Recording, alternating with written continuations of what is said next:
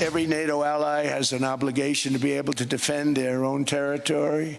And the fact is, no nation or group of nations is in any position to be able to secure Greenland other than the United States.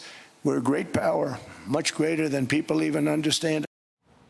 Well, Greenland, a big topic in Davos. Joining us now from Davos, Switzerland, is NATO Secretary General Mark Rutte. Mr. Secretary General, thanks. Welcome back to Special Report. You know, the President had his meeting. Thank you for having me back on the show. Sure. He had his meeting with you, the bilat meeting, and he came out of there and said, we have formed a framework of a deal with respect to Greenland and, in fact, the broader Arctic. What does that framework look like, sir? Yes, but what we basically discussed, how can we implement the President's vision on protecting, yes, Greenland, but of course it is not only Greenland, it is the whole Arctic. And as you know, there are 8 countries in the Arctic, Russia, which obviously is not in NATO, and 7 other countries, including the United States and Canada, but also 5 countries in Europe who are in that Arctic region. How can we collectively make sure that we defend that Arctic region, therefore implementing his vision of that necessity? And he's totally right there, because we know that the region is opening up more and more. The sea lanes are opening up more and more for the Russians and the Chinese and other adversaries to be active there, which is potentially a threat. You know, getting from point A to point B, though, seems like it may be a challenge. I did get a statement just before this interview from the Danish foreign minister. He said this: the day is ending on a better note than it began. We welcome that President Trump has ruled out taking Greenland by force and paused the trade war with Europe. Now let's sit down and find out how we can address the American security concerns in the Arctic while respecting the red lines of the Kingdom of Denmark. I think it's the red lines that are the issue there. Here are some other European leaders weighing in.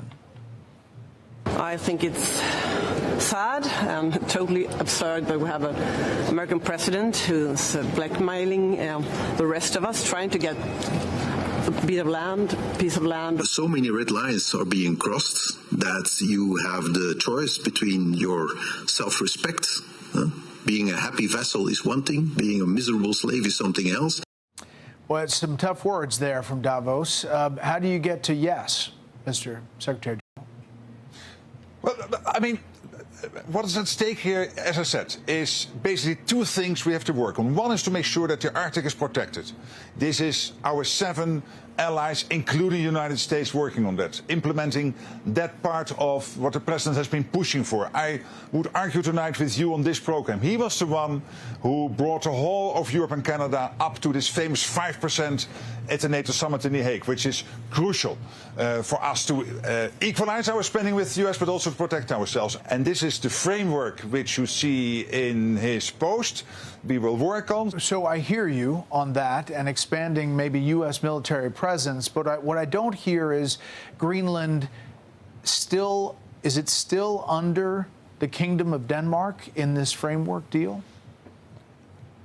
That issue did not come up anymore in my conversations tonight with the President. We very much focused on what do we need to do to make sure that that huge Arctic region, where change is taking place at the moment, where the Chinese and Russians are more and more active, how we can protect that. That was really the focus of our discussions. Right. And obviously there's the energy exploits that possibly come out of Greenland. There is the Golden Dome, as you're talking about, protecting against missiles in the hemisphere. But as you talk to Greenlanders, and we are on the ground there, they don't seem like they can be bought off. And there's only 57,000 residents. Mr. Secretary General, how does this get resolved? Well, I think tonight was a good night, and we have a good agreement to really start working on these issues. And that means that we both agreed, when you look at NATO and what NATO collectively can do to make sure that the whole Arctic region is safe, including Greenland, to work on that part. There's a lot of work to be done. To make sure that we do basically everything needed on land, sea and air to make sure that we protect that important part of the world and of NATO territory. So I heard you say that you may not be the most popular because you are saying how important President Trump has been to NATO, getting NATO to move forward not only on defense spending but other issues. Yes, as I said this morning in a panel, Brett, last year, under his leadership, NATO collectively reached that famous 2%, which we agreed 10 years ago. I asked the room, I said, big countries like Spain and Italy and Belgium and Canada reaching that 2%, would it have ever happened if President Trump would not have been re-elected? No. And then in June in The Hague, we agreed on this 5% defense spending, including the 3.5% on core defense, equalizing with the US. Would that ever have happened if President Trump would not have been re-elected as President 47 of the United States? Absolutely not. And now today, this agreement on working collectively on this deal getting done on the Arctic region, I think we can really commend him for taking that leadership role. He is the leader of the free world. He is the leader of the most powerful nation on earth, the biggest ally in NATO. He is doing exactly what I hope he would do when he was re-elected, knowing him from his first term in office. What do you say to the critics who look at what has happened in the result of some of the things the president has said, and look at countries like Canada that the prime minister went to Beijing and is making deals with China, France that is welcoming Chinese investment inside Europe, the UK just signed off on a giant Chinese embassy in London. Do you think that there's a change in the way leaders are dealing with China in particular? Well, of course, it's not up to me to comment on what individual allies are doing in terms of their relationship with China.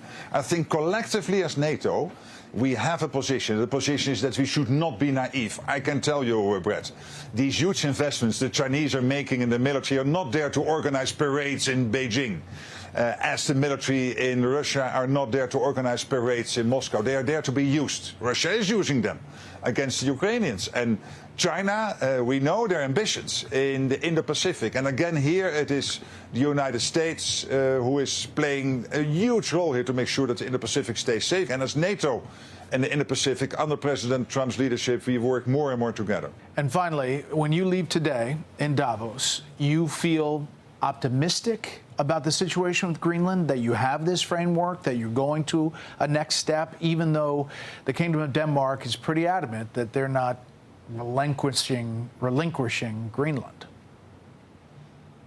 I think what we achieved today in the talks I had with the President is that we agreed that he is right. And he is right that collectively we have to protect the Arctic regions, but also, of course, the US continuing its conversations with Greenland and Denmark when it comes how can we make sure that the Russians and China will not gain access to the economy or military sense of Greenland.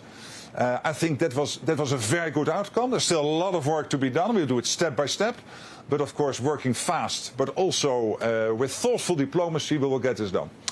NATO Secretary General Mark Rutte, thanks for the time. Thank you so much. See you soon. Bye-bye. Hey, Sean Hannity here. Hey, click here to subscribe to Fox News YouTube page and catch our hottest interviews and most compelling analysis. You will not get it anywhere else.